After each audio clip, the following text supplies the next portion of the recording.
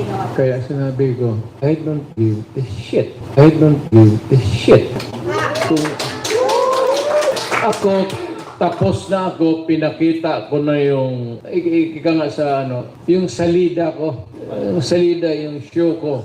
Napakita ko na yung salida ko. Inyo na naman, tapos na ako. At least sa panahon ko, kontento ako na I do not have to get an approval from anybody. I do not have to get an approval from anybody. Dito sa konsensya ko, may ginawa ako para sa bayan. At marami akong, at least dito sa mga Manila, food upper ang kung ilang mga sindikato. Kung magsabi kami noon may 10 na sindikato ka malalaki, siguro naiwan pag alis ko, may mga 2 o 3. Bakit mo patalo?